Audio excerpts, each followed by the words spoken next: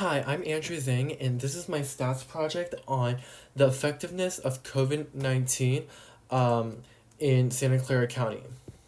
So here's some background information. Santa Clara County is the sixth most populous county in the state of California with a population of more than 1.9 million people.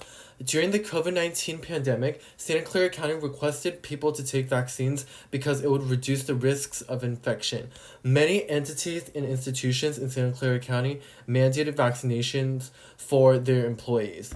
However, some religious groups and individuals question the effectiveness of vaccination and refuse to follow the request/mandate for vaccination. For example, my family's church friends.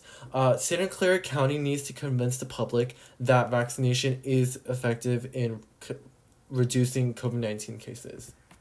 So here's my data collection. My data was collected from the Santa Clara County Public Health Department's online portal. So four sets of data were collected. The first is the 7-day average rate per 100,000 unvaccinated Santa Clara County residents of all ages. The second is the 7-day average case rate per 100,000 vaccinated Santa Clara County residents of all ages. The third is the 7-day average case rate per 100,000 unvaccinated Santa Clara County aged 5 years and above. And the fourth is the 7-day average rate per 100,000 vaccinated Santa Clara County residents aged 5 years or above. So I used systematic sampling method to choose data from the population. Specifically, I chose the data from the first day, 11th day, and the 21st day of every month from this population data for the period of April 2021 to April 2023 as sample data. The data sample size is 74. So here's the first statistical question. Can vaccination reduce the risks of COVID-19 infection for residents of all ages at Santa Clara County?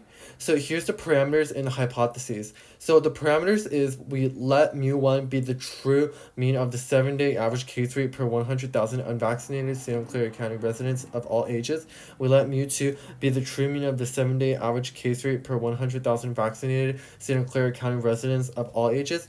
The hypothesis is the null hypothesis, the HO. The vaccination has not reduced COVID-19 infection for the population at Santa Clara County. So mu1 minus mu2 equals 0. And for the alternative hypothesis, the vaccination has reduced COVID-19 infection for the population at Santa Clara County. So mu1 minus mu2 is greater than 0.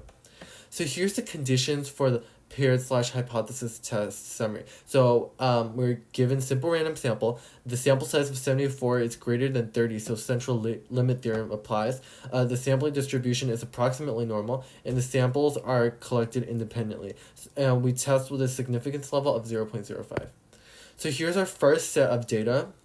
The data represents the 7-day average case rate per 100,000 unvaccinated Santa Clara County residents of all ages and the 7-day average case rate per 100,000 vaccinated Santa Clara County residents of all ages at randomly selected dates from April 2021 to April 2023.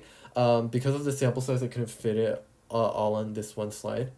So the conclusion for the paired sample t-test, below is the formula for T and DF. The T came out to be 5.6410, and the p-value is less than 0.0001, and the DF is 73. Since the p-value is less than the significance level of 0.05, we reject the null hypothesis. There is convincing statistical evidence that vaccination reduces the risks of COVID-19 infection for residents at Santa Clara County. So here's the second statistical question. So for the population aged 5 years and above at Santa Clara County, can vaccination reduce the risks of COVID-19 infection?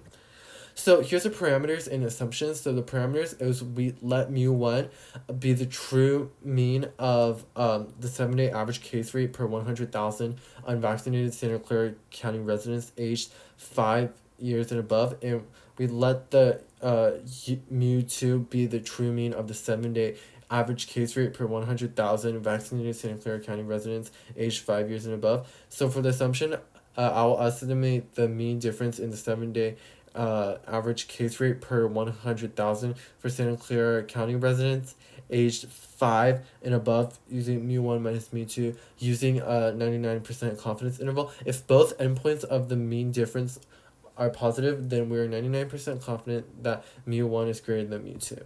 So here's our second data set.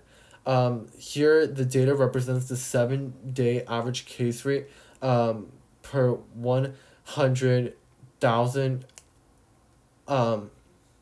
unvaccinated Santa Clara County residents aged 5 years and above in the 7-day average case rate per 100,000 vaccinated Santa Clara County residents aged 5 years and above.